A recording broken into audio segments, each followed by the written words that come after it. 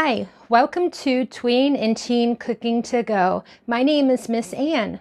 This week we are going to make seasoned oyster crackers. So in your take and make bag, you received some oyster crackers in it and some seasoning mix. So this is 1 cup of oyster crackers, and the seasoning mix contains ranch seasoning mix, dill weed, and garlic powder. So, okay, let's go ahead and get started. Okay, you're going to go ahead and preheat your oven to 250 degrees. So we're going to take our oyster crackers and we're going to mix everything right up in the bag so you won't have very much of a mess to clean up. So we're going to use 1 tablespoon plus 1 teaspoon of canola oil. You can use canola oil, vegetable oil, or olive oil. But first we're going to mix our seasoning mix up in the oyster crackers. Go ahead and pour it in your oyster cracker bag. And then we're going to add the canola oil to it.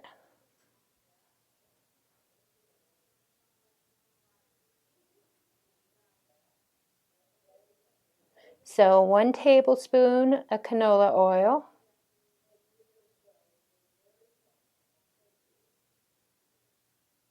Plus 1 teaspoon of canola oil.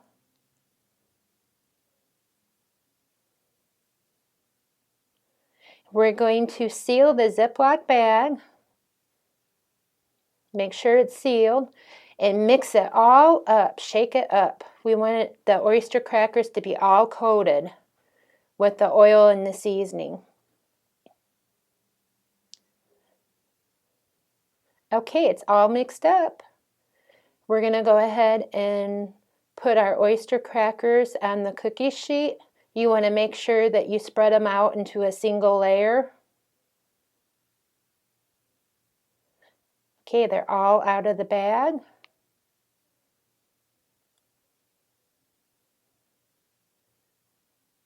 There we are. Okay, they look really good.